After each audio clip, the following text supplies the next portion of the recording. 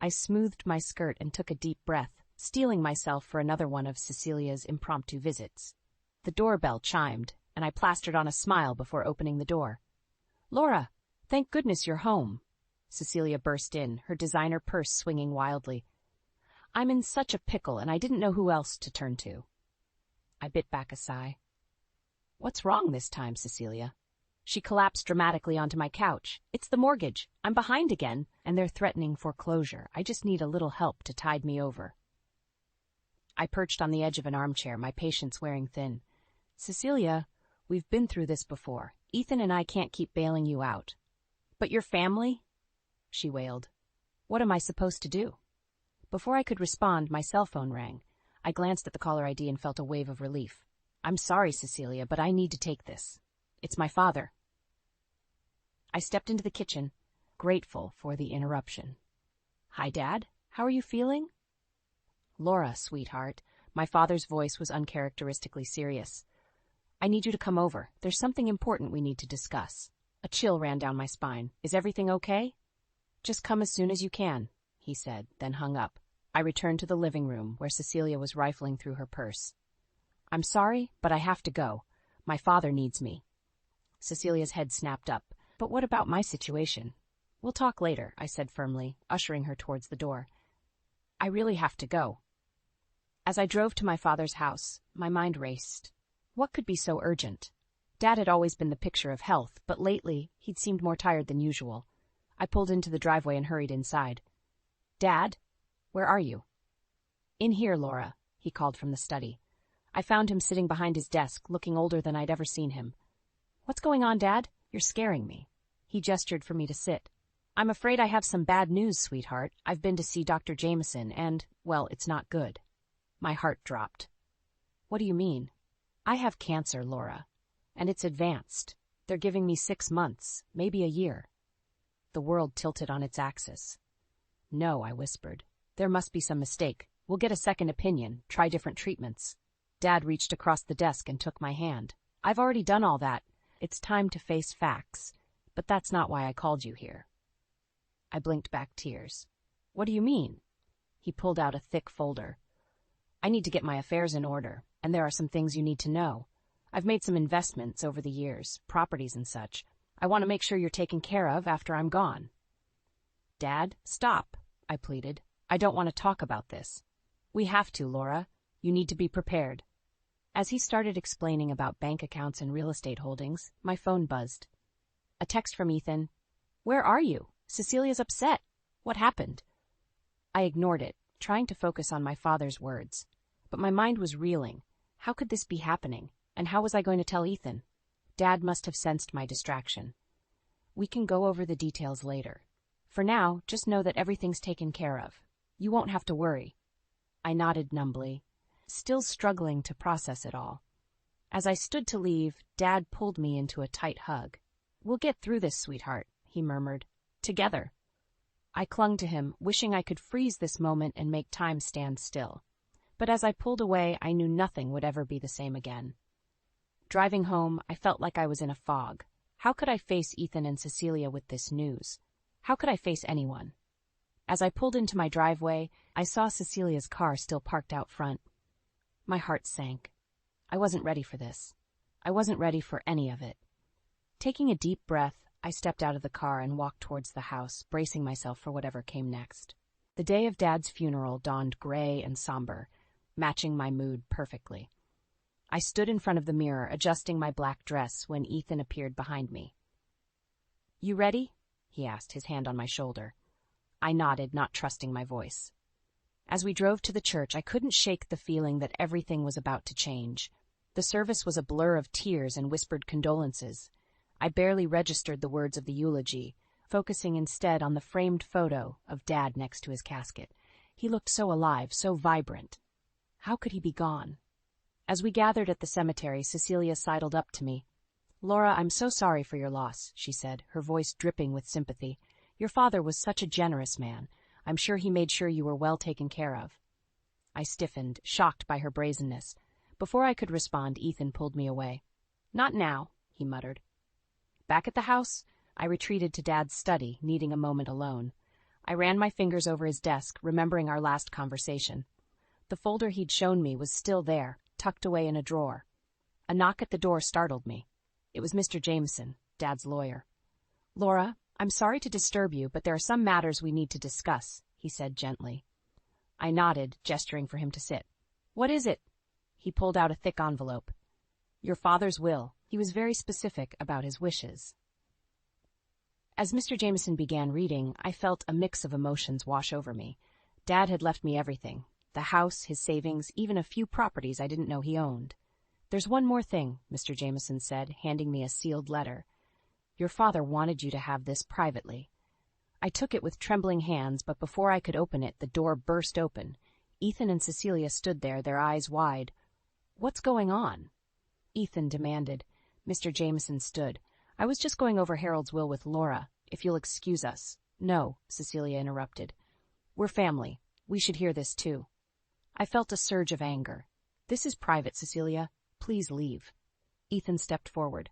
"Laura, don't you think we should discuss this as a family? After all, what affects you affects me too." I stared at him, suddenly seeing him in a new light. "What exactly are you implying, Ethan?" Before he could answer, Cecilia chimed in. "We're just concerned, Laura. You've been through so much. You shouldn't have to deal with all this alone." I stood up, clutching Dad's letter to my chest. "I'm not alone. I have my father's memory and his wishes to guide me. Now, if you'll excuse me, I need some time to myself." I brushed past them, ignoring their protests. In the sanctuary of my bedroom, I finally opened Dad's letter with shaking hands. "My dearest Laura," it began. "If you're reading this, it means I'm gone. But I want you to know that I've made arrangements to protect you and your inheritance. Trust your instincts, sweetheart. Not everyone has your best interests at heart." Tears blurred my vision as I read on. Dad had suspected that Ethan and Cecilia might try to take advantage of the situation. He'd set up trusts and legal safeguards to ensure that his legacy remained mine alone. A knock at the door interrupted my thoughts. "Laura?" It was Ethan. "We need to talk about the will." I took a deep breath, steeling myself for the conversation ahead. As I reached for the doorknob, I realized that the battle for my father's legacy and my own future was just beginning. "Coming," I called out, tucking the letter safely away. Whatever happened next, I knew I had to stay strong, for Dad and for myself. The incessant ringing of the doorbell jolted me awake. I glanced at the clock. 7:30 a.m.? Who could it be at this hour? Ethan was already gone, having left early for a business meeting. I threw on a robe and hurried downstairs, only to find Cecilia on my doorstep, looking frazzled. "Laura, thank goodness you're home," she exclaimed, barging past me. "I'm in dire straits. The bank is threatening to repossess my car." I sighed, closing the door. "Cecilia, it's barely morning. Couldn't this wait?" She whirled around, eyes wide. "Wait, Laura, I could lose my car today. I need your help. Just a small loan to tide me over." The audacity of her request so soon after Dad's funeral made my blood boil. "Cecilia, I'm still grieving. I can't deal with your financial problems right now." "But you have all that money now," she pressed. "Surely you can spare some for family?" I felt a surge of anger. "That's enough. My inheritance is not your personal piggy bank. I think you should leave." Cecilia's face hardened. "I see how it is. You get a windfall and suddenly you're too good for family. Ethan will hear about this." As I watched her storm out, I realized the peace I'd hoped for after Dad's passing was slipping further away. Later that afternoon, as I sorted through Dad's belongings, my phone buzzed. It was an email from my old high school announcing an upcoming reunion. I hesitated, then decided to RSVP. Maybe a night out would do me good. Just then, Ethan walked in, looking tired. "Hey," he said, kissing my cheek. "How was your day?" I debated whether to mention Cecilia's visit, but decided against it. "Fine. Just going through some of Dad's things. How was your meeting?" He shrugged, loosening his tie. Same old, same old.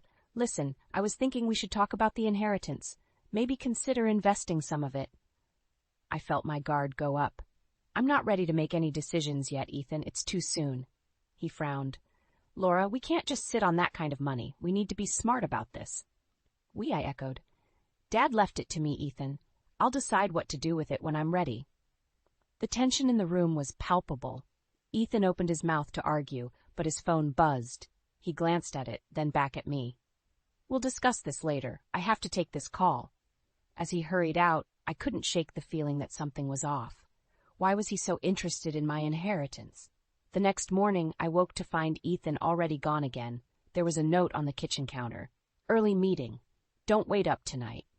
Feeling restless, I decided to visit one of the properties Dad had left me, a small apartment building across town. As I pulled up, I noticed a familiar car parked outside.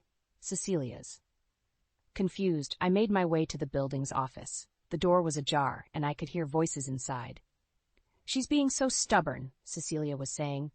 "We need to find a way to convince her to share the inheritance." "Patience," a male voice replied. It took me a moment to recognize it as Ethan's. "We'll get what's ours. Just stick to the plan." I stumbled backward, my mind reeling. Ethan and Cecilia were plotting against me? How long had this been going on? As I turned to leave, my foot caught on a loose floorboard. The resulting creak seemed to echo through the hallway. "Did you hear that?" Cecilia's voice was sharp with alarm. I held my breath, pressing myself against the wall. Footsteps approached the door. "Hello?" Ethan called out. "Is someone there?" My heart pounding, I realized I had a choice to make. Confront them now, or retreat and plan my next move carefully. Either way, I knew one thing for certain. Nothing would ever be the same again.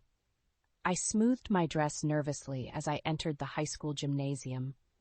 The reunion was in full swing, a sea of familiar yet changed faces. I'd come here hoping for a distraction from the mess at home, but now I felt overwhelmed. "Laura? Laura Thompson, is that you?" I turned to see a vaguely familiar face. "It's Laura Prescott now, but yes, I'm sorry, I don't." "Peter Caldwell," he said, grinning widely. "We had chemistry together. Well, the class, not, you know." I forced a polite smile, memories flooding back. Peter had always been a bit intense. "Of course, Peter. How are you?" "Oh, I'm great," he said, edging closer. "But wow, look at you. You haven't aged a day." I took a step back, feeling uncomfortable. "That's kind of you to say. If you'll excuse me, I need to." "Wait," Peter said, grabbing my arm. "I've always regretted not telling you how I felt back then. I had such a crush on you, Laura." I gently but firmly removed his hand. "Peter, that was a long time ago. I'm married now." His eyes narrowed. "Married? To who?" "Ethan Prescott," I said, scanning the room for an escape route. Peter's face darkened. "Prescott? As in Cecilia Prescott's brother?"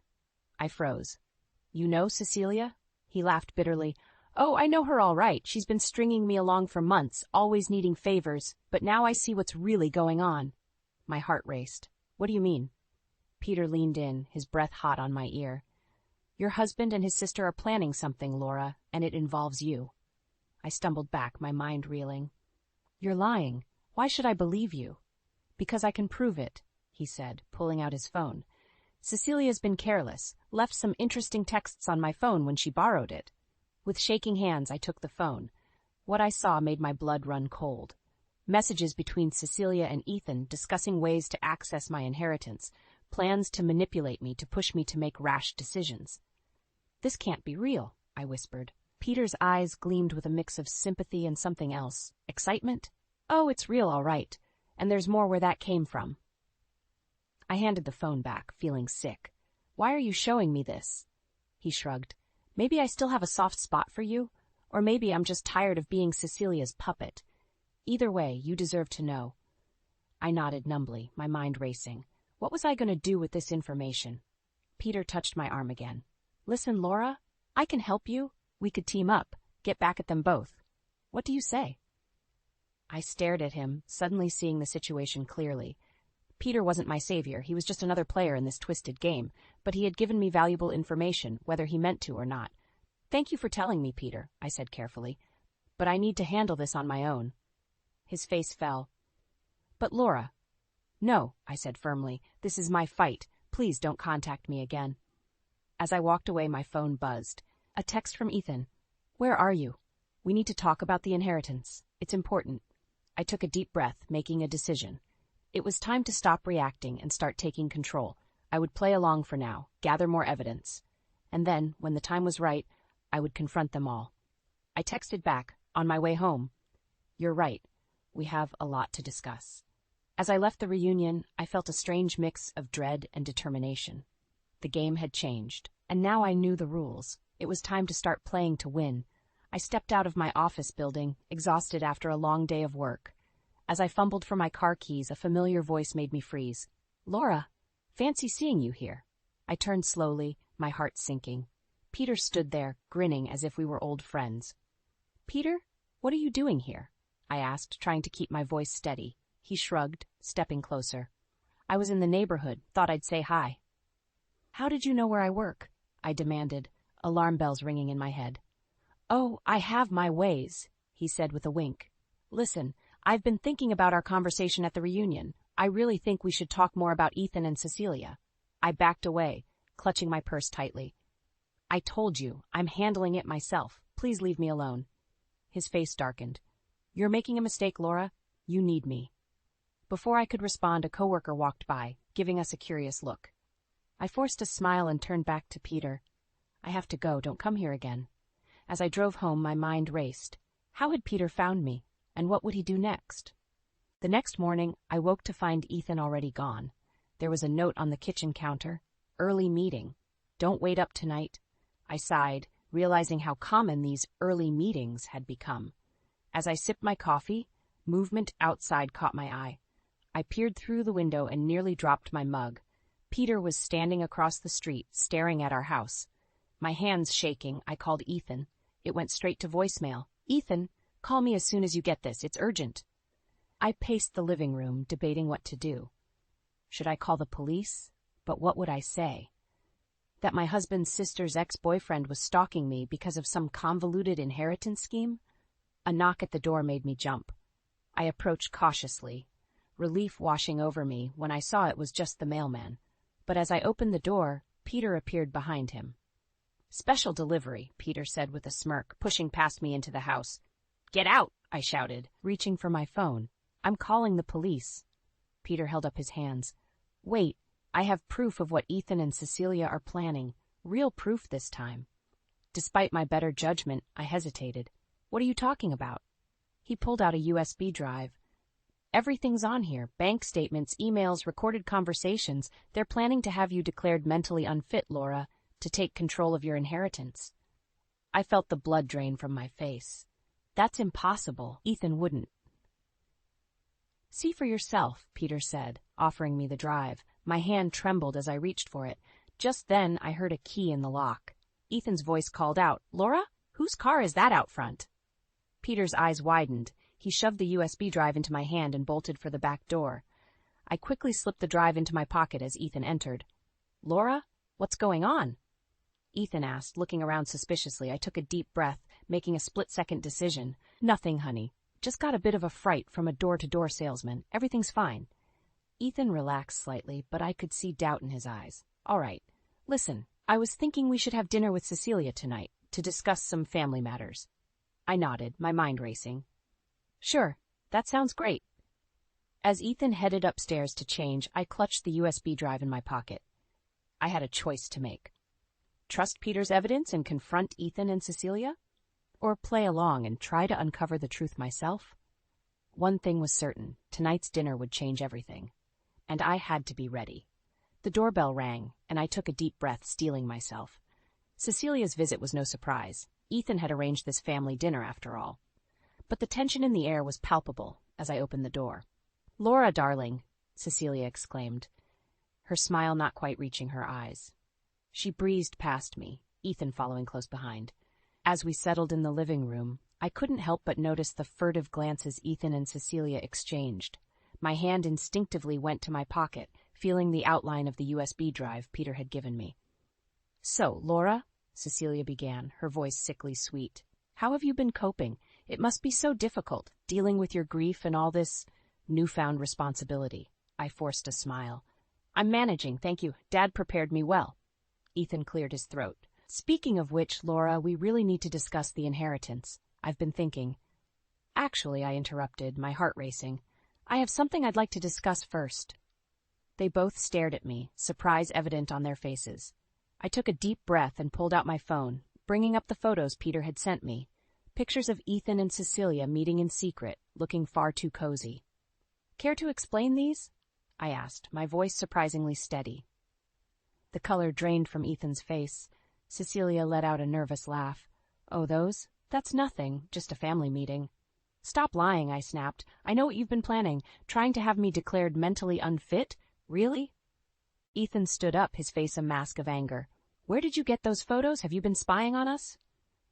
That's rich, coming from you, I retorted. I'm not the one plotting behind my spouse's back. Cecilia's demeanor changed in an instant. You ungrateful bitch, she hissed. After everything we've done for you. Everything you've done? I laughed bitterly. You mean constantly begging for money? Trying to manipulate me out of my inheritance? Ethan stepped forward, his eyes blazing. You have no idea what you're talking about.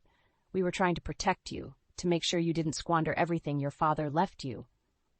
By having me declared incompetent? I shot back. Some protection. Suddenly Ethan's expression shifted. A slow, cruel smile spread across his face. You want to play hardball, Laura? Fine, let's talk about your little rendezvous with Peter. My blood ran cold. What? He pulled out his phone, showing me a series of photos. Peter and me at the reunion, outside my office, even at our front door. Looks like I'm not the only one with secrets, Ethan sneered. That's not what it looks like, I stammered. Peter's been stalking me. I was trying to handle it on my own. Save it, Cecilia interjected. We have all the evidence we need. How do you think it'll look to a judge when we show them these? A grieving widow, acting erratically, meeting strange men. The realization hit me like a ton of bricks. They'd set me up. Peter, the photos, the USB drive, it was all part of their plan. You won't get away with this, I said, my voice shaking. Ethan's laugh was cold. We already have. Face it, Laura. You're out of your depth. Sign over control of the inheritance now, and we can avoid a messy public legal battle. I looked between them. These people I'd once considered family, now revealed as vultures circling their prey. In that moment, I felt more alone than ever. But then I remembered my father's words from his letter. Trust your instincts, sweetheart. Not everyone has your best interests at heart. I straightened my spine, meeting their gazes head-on. You're right about one thing, I said quietly. This ends now, but not the way you think. I pulled out the USB drive, holding it up. You're not the only ones with evidence, and unlike your fabricated photos, what's on here is real. So here's what's going to happen. As I laid out my terms, I saw the confidence drain from their faces. The game had changed, and for the first time I held all the cards. The battle for my father's legacy and my own future had reached its tipping point, and I was ready to fight. The morning after my confrontation with Ethan and Cecilia, I woke to an empty house and a text message from an unknown number. Meet me at Riverside Park, 1 p.m. Come alone, Peter. My instincts screamed danger, but I knew I needed answers. I arrived at the park early, scanning the area for any sign of Ethan or Cecilia. Peter was already there, pacing nervously by the fountain. Laura, he called out, relief evident in his voice. I wasn't sure you'd come. I kept my distance, eyeing him warily. Start talking, Peter. What's your role in all this? He ran a hand through his hair, looking genuinely distressed. I'm so sorry, Laura. I never meant for it to go this far. Cecilia, she blackmailed me. Said she'd ruin me if I didn't help set you up. Why should I believe you? I demanded. Peter pulled out his phone. Because I recorded everything, every conversation, every plan they made. I couldn't go through with it anymore. As he played the recordings, my world tilted on its axis. Ethan's voice, cold and calculating, discussing ways to manipulate me. Cecilia, gleefully planning how they'd spend my inheritance once I was out of the picture. Oh, God, I whispered, feeling sick. How long has this been going on? Months, Peter admitted. Since before your father passed. They've been planning this for a long time, Laura. I sank onto a nearby bench, my mind reeling. Why come clean now? Peter sat beside me, keeping a respectful distance, because I realized how wrong it was, and because I really did have feelings for you back in school. I couldn't be part of destroying your life. Just then, my phone buzzed. A text from Ethan. Where are you? We need to talk. Come home now. I showed Peter the message, my heart racing. What do I do? He hesitated, then said, Go, act like nothing's changed. I'll send you copies of everything I have. Use it to protect yourself. I nodded, standing on shaky legs. Thank you, Peter. I'm sorry I misjudged you. As I drove home, my mind was a whirlwind of emotions. Betrayal, anger, fear. But underneath it all, a steely determination was forming. I wouldn't be their victim any longer. Ethan was waiting when I walked in, his face a mask of concern. Where have you been? I've been worried sick. I forced a smile. Just needed some air to clear my head after last night. He nodded, reaching for my hand. I fought the urge to recoil. I'm sorry about how things went. We all said things we didn't mean. But I think I have a solution. Oh, I asked, keeping my voice neutral. Ethan led me to the dining room where Cecilia was waiting with a stack of papers. My stomach dropped. We've drawn up some documents, Ethan explained, just to help manage the inheritance, for your own protection, of course. I glanced at the papers, recognizing power of attorney forms. They were really going through with it. I don't know, I said, feigning uncertainty. This is a big decision. Can I have some time to think about it? Cecilia's smile was razor sharp. Of course, dear, but don't take too long. We wouldn't want things to get messy. As they talked, outlining their plans for my father's legacy, I felt a calm settle over me. They thought they had won, but they had no idea what was coming. My phone buzzed quietly. Peter's files had arrived. I excused myself, retreating to the bathroom. As I scrolled through the damning evidence, a plan began to form. I looked at myself in the mirror, seeing a strength I hadn't known I possessed. Game on, I whispered to my reflection. Returning to the dining room, I plastered on a smile. All right, I said, picking up the pen. Let's talk about these documents. Ethan and Cecilia exchanged triumphant glances, unaware that their carefully laid plans were about to come crashing down around them.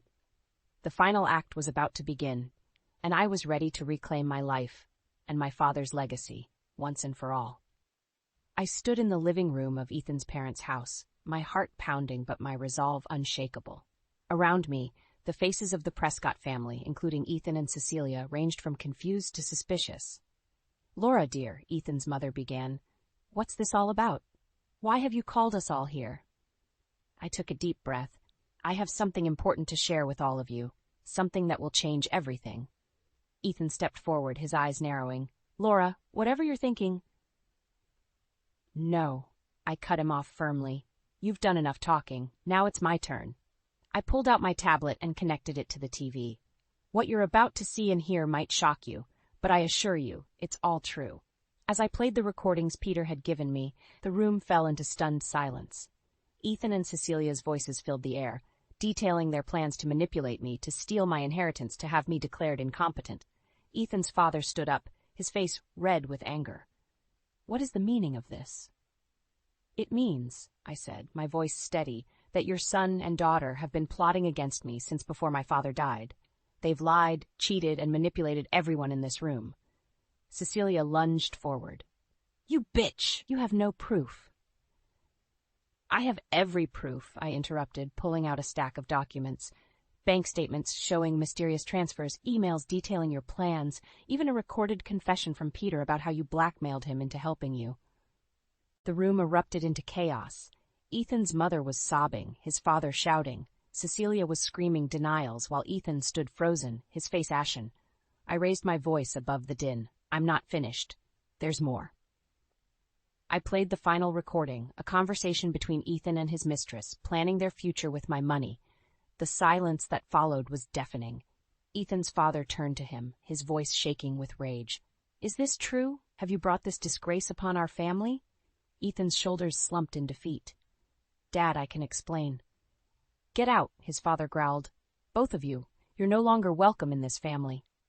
As Ethan and Cecilia were ushered out, hurling accusations and threats, I felt a weight lift from my shoulders. It was over. Ethan's mother approached me, tears in her eyes. Laura, I'm so sorry. We had no idea. I squeezed her hand gently. I know. You're victims in this too. As I prepared to leave, Ethan's father stopped me. What will you do now? I smiled, feeling truly free for the first time in months. I'm going to honor my father's legacy, the way he would have wanted. Driving home, I reflected on the whirlwind of events that had led to this moment. The betrayal, the pain, the fear, but also the strength I'd found within myself. I pulled into my driveway, noticing a familiar figure waiting on the porch. Peter. I heard what happened, he said as I approached. Are you okay? I nodded, feeling a sense of peace wash over me. I am. Thank you for your help, Peter. I couldn't have done this without you. He shifted awkwardly. Laura, I know I messed up before, but I was wondering. I held up a hand, stopping him. Peter, I appreciate everything you've done, but right now I need to focus on myself, on healing. Understanding dawned in his eyes. He nodded, offering a small smile. Of course. Take care of yourself, Laura. As I watched him walk away, I felt the last pieces of my old life falling away. I entered the house, my house now truly mine, and looked around. The rooms that had once felt suffocating now held promise. I picked up a framed photo of my father, tracing his smiling face. I did it, Dad, I whispered. I protected what you built, and I found myself along the way. Setting the photo down, I walked to the window and looked out at the setting sun. Tomorrow would bring new challenges as new opportunities, but for the first time in a long time, I was ready to face them. Not as a victim, not as someone's wife or daughter, but as Laura, strong, resilient, and finally truly free.